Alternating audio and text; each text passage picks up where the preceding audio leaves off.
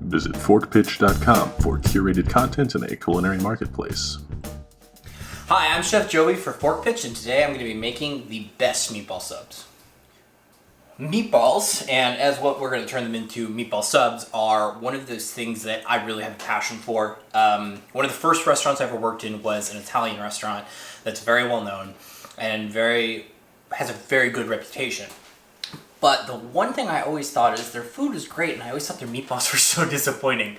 And then I went to another Italian restaurant, fine dining again, and I thought the exact same thing, where it's just like this product, this perfect like meatball, this perfect food is something that is just often done so wrong, and it makes me sad.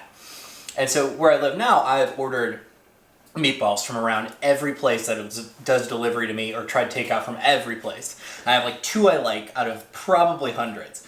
And so when it comes down to it, I really just have to make my own because I'm picky, and the food I want is never going to be exactly how it's made, how I feel like it should be made. So for this meatball, I'm going to be doing a 3-meat blend. We have sourdough bread over here, which is just a really nice bakery sourdough I picked up fresh this morning. I like sourdough for a meatball sub. It has a little more of that tang, and it has a little more flavor than other breads, so it stands up really well to something that has so much umami and so much flavor, so you don't just lose the bread. And then we're going to be melting buffalo mozzarella on top of it to just get that really lovely oozy cheese flavor with the meatball sub. I also have tomato sauce that I'm cooking over here, and that's also going to go on top of the meatball sub, and it's really, really good. It has the acidic components that are going to balance this really umami heavy dish. So for the meatballs, I have a 3-meat blend here. I have ground beef, I have ground veal, and then I have a little bit of ground pork. And then the last thing I'm going to do is use a little trick I picked up. So oftentimes when you go to a good supermarket, or you go to a supermarket in general, sometimes they're out of something for the day. Usually I find supermarkets run out of ground pork very early on.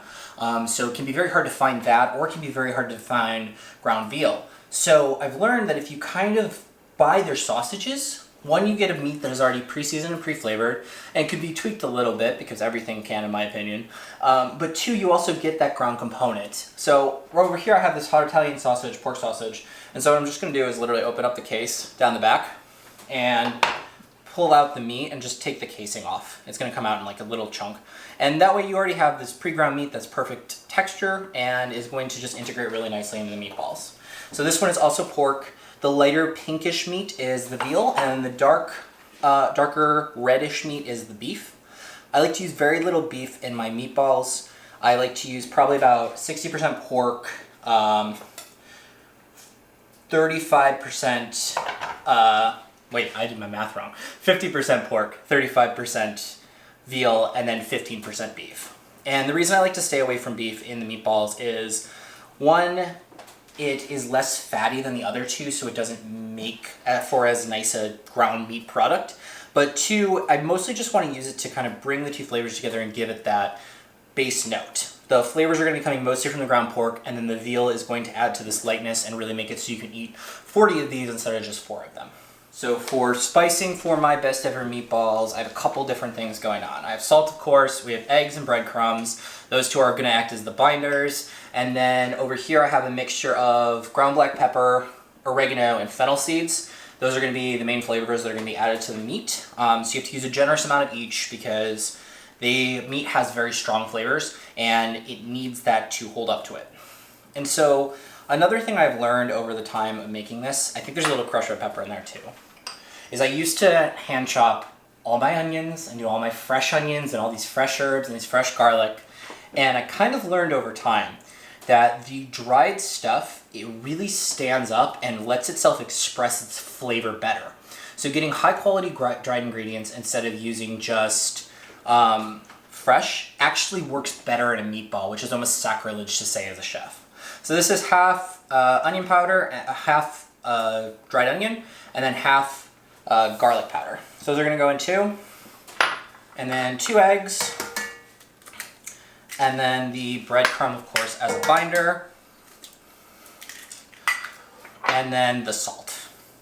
And one of the number one secrets in restaurants is that, you know, we use a lot of salt, and most people don't use an appropriate amount of salt. So you're going to see me use a really good amount here. And you need that in dishes to have that flavor come through, and it wakes up your tongue and makes things taste better. And if you're keen-eyed, you'll notice that I haven't actually added this last part in yet. So this is what makes my meatballs unique. So I spent a lot of time in Italian kitchens, and one of the ingredients that I picked up with and I really love, and I use it all the time, are Calabrian chilies. They are from the Calabria region, which is in the south of Italy, and they are spicy unlike most other Italian ingredients. So they have a really nice heat to them, and what they do in this dish is they kind of cut that really heavy flavor, and it makes that for that lightness so you can eat more, and also so you don't get tired of the flavor. So they act in a very similar way to the veal, where it's, you know, lighter and it's nice and it's very lovely to eat. So I'm gonna add those in too. And then I'm just gonna mix all these together by hand, and probably actually add in a dash of olive oil, which I left over here. So I'm just gonna add a squirt of that in, just for some moisture.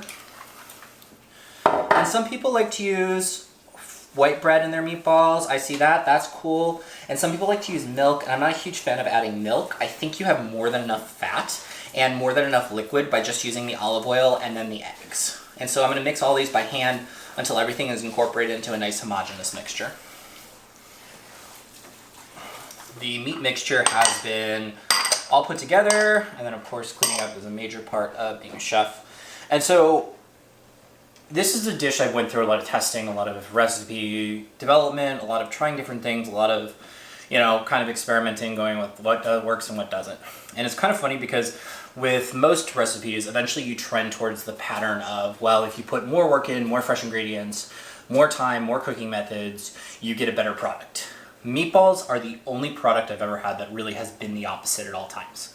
So when it comes to meatballs, I don't sear them on all sides like some people do in their cast iron. I've tried that before, and I find that the product you get is not as good as just a really good, consistent high bake.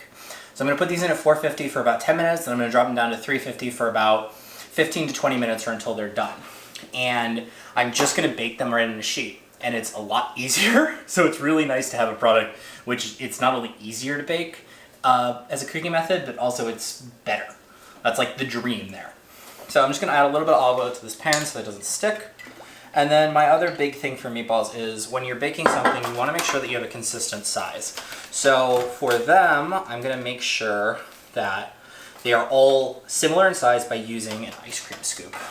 So the ice cream scoop is another way. It's like, it's easier, it's faster. It's not something people normally think of, but it's a trick I picked up in a bunch of kitchens. So you literally just put it and then you can scoop it directly on the pan. And so what this does is I'm gonna round these all with my hands when I'm done, but for now I just get this really consistent portion size, and I can actually move a lot faster than trying to roll everything by hand. If I was gonna do a stuffed meatball, which I do occasionally, I would just smash these straight on the cutting board, and then I would put the stuff in the middle and then just roll it back up in a center. Into a sphere, not into a center. So I've hand rolled all of these after I scooped them, and you can see they're all pretty consistent in size. Some are a little bigger than others, and that's just human error. And so these are about to go in the oven at 450. And the reason I have them so high is because I really want to make sure that that heat transfer happens on the sheet tray and the meatballs, which are very cold. And so they do get that nice brown crust on the bottom. I'm going to put them on a high rack too to make sure that they cook and they get some of that heat from the oven. So I might broil them at the end, also put color on the top. But I'm not overly concerned about keeping them all, you know, in neat, perfect little rows. Just try to keep them all with a little bit of space so they're not touching, because then you also want the fat to leach out and make sure that cooking is going to happen on the bottom. So these are going to go in for about 10 to 15 minutes. I'm going to take a look at them around there at 450, and then I'm going to drop the heat down to 375, 350 for about 20 minutes afterwards. Alright, so for this best ever meatball subs, I am going to make some tomato sauce. Tomato sauce is, you know, a huge component of it. It is a binder. It really is lovely. It's a very important and often neglected part of a meatball sub. So I can do fresh tomatoes when I have access to them, and I will do the whole making a huge pot of sauce and blistering them and boiling them down. But the honest answer is a lot of the time for tomato sauce, especially even in the high-end kitchens I use, we use more of the canned tomatoes because you can get access to really, really nice San Marzano tomatoes, and you can get access to like tomatoes that would normally be out of season or stuff that you wouldn't normally be able to get in the region. So that's kind of the reason we like to use canned. And they can often have a really good flavor provided you pay for nice high quality tomatoes. So I use two cans of really nice high quality tomatoes, and I'm just adding in some onions, garlic here, aromatics, and then I used olive oil in the pot with just a pat of butter for a little bit of fattiness. And then for the final part, I'm gonna add some fresh dried from my garden parsley and rosemary. And one of the big things that people make the mistake with tomato sauce is they throw in the herbs so early that you don't actually get any of the flavor of them. When I finish this tomato sauce, I'm gonna hit it with a little bit of lemon zest, a little bit of lemon juice, all the fresh herbs. I'm gonna stir that all in, and that's right before I serve it. And that way you don't lose the flavor, it's really fresh, and it comes to your table.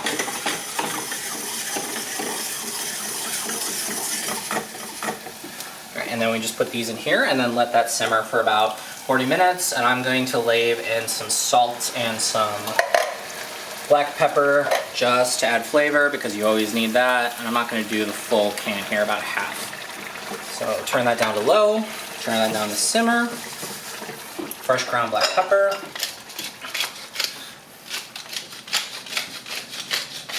And then just a pinch of salt. And then I'm gonna mix that all together just by stirring the pot and let that simmer on low until we're ready to add it in to our meatball sub. With the bread being pulled out of the oven, the meatballs are out of the oven as well. These cook nice and quick. I finished the tomato sauce off with some fresh herbs, some lemon, just like I had talked about. And now the bread is perfectly toasted. I got that really nice crispy one side and the cheese perfectly melted. There's one trick I like to do with meatballs and tomato sauce is like, when I have this extra grease, I like to just dibble a little bit into my tomato sauce. And so that brings like kind of harmony between the flavors.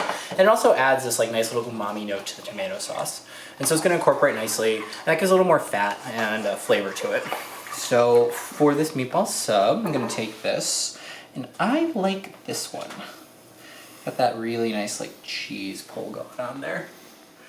I'm gonna put him here, and then I'm going to take a meatball, select my favorite, and I like this one. I think he has really nice color. And then just take a little scoop of sauce here with all the fresh herbs, and now that meat juice added in, a little bit of grease, and then put that all on top here. And then one of my personal preferences is this, you don't have to do this. This is amazing on its own. I like just a touch of red wine vinegar. I think it adds a really cool note to it. And these are gonna be messy. I'm not gonna pretend like this is a neat food, but I'm really excited to dig into this. Okay, and here we go. It is piping hot. It is so hot from just coming out of the oven and everything, but I'm going to brave this sandwich anyway.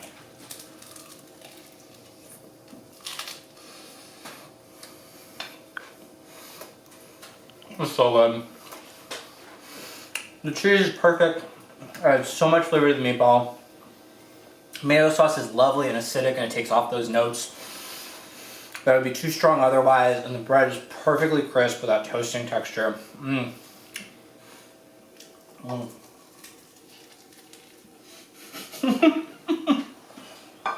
So hot.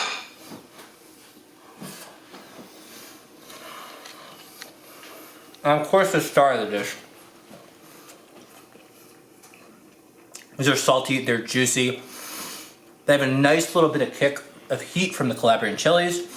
They have an awesome amount of salt integrated into them, and then the herbs are so lovely and they shine through so well. That fennel flavor, that oregano flavor. Oh, it's the perfect meatball for me.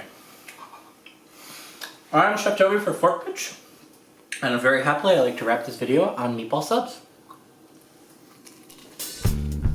This video is a Fork Pitch production in conjunction with Midwest Digital AV Incorporated. Midwest Digital AV Incorporated provides audio, video, streaming, and production services throughout the Midwest. Please visit them at midwestdigitalcorp.com.